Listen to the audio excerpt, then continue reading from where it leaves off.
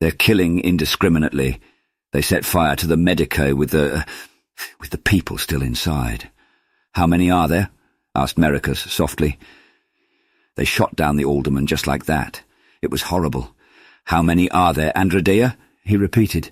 Hundreds, thousands, space marines in dark armor and lightning, some with faces playing on the armor like Picts. There were so many.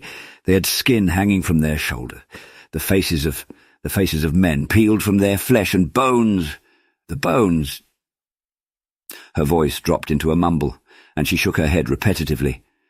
"Mummy," said Balerian's son, clearly terrified. She blinked at him and squeezed his hand, and seemed to come back into herself a little. She shuddered. "How can they act like that? They are Astartes. I don't understand." One of Mericus's men whistled sharply. The fire had taken hold on the crops not far away, and a wall of flames was moving obliquely towards them. The night was orange, with the burning brightest over the town. The baleful sky seemed invigorated by it and shone more redly than ever. "They've always been this way," said Mericus, turning back to Androdea. "They took back the whole galaxy in 200 years. How do you think they managed that? We're seeing them now how they really are." He realized then that he sounded like Govenesque. "Our lords are not like that."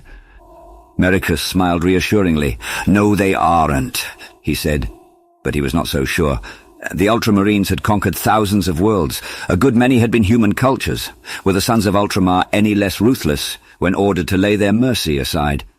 How many men and women had the legionaries he knew slaughtered because their leaders had dared to turn the offer of Imperium down?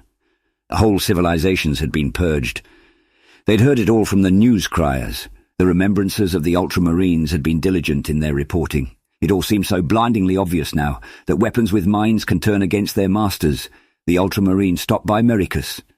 "Do not look back. There is nothing you can do for them save to survive and avenge them another day." Mericus looked up at the grim giant. He blinked. His eyes were gritty, but no tears would come. "Why do they do it?" he said. "Because they can," the Ultramarine said. "So could you," said Mericus. "You are the same." "And I do not. That is the difference between a son of Ultramar and a murderer of Nostromo. We are the same, and we are not the same. The Emperor in his wisdom made it so." He rested a massive hand on Mericus's shoulder. "Do not sorrow. We shall all die, but my gene-father will see them pay for what they have done." The old Mericus would have cracked a joke, but the old Mericus was dead in the wreck of the city. Feeling sick, he turned his back on his countrymen and followed the line of civilians into the safety of the mountain.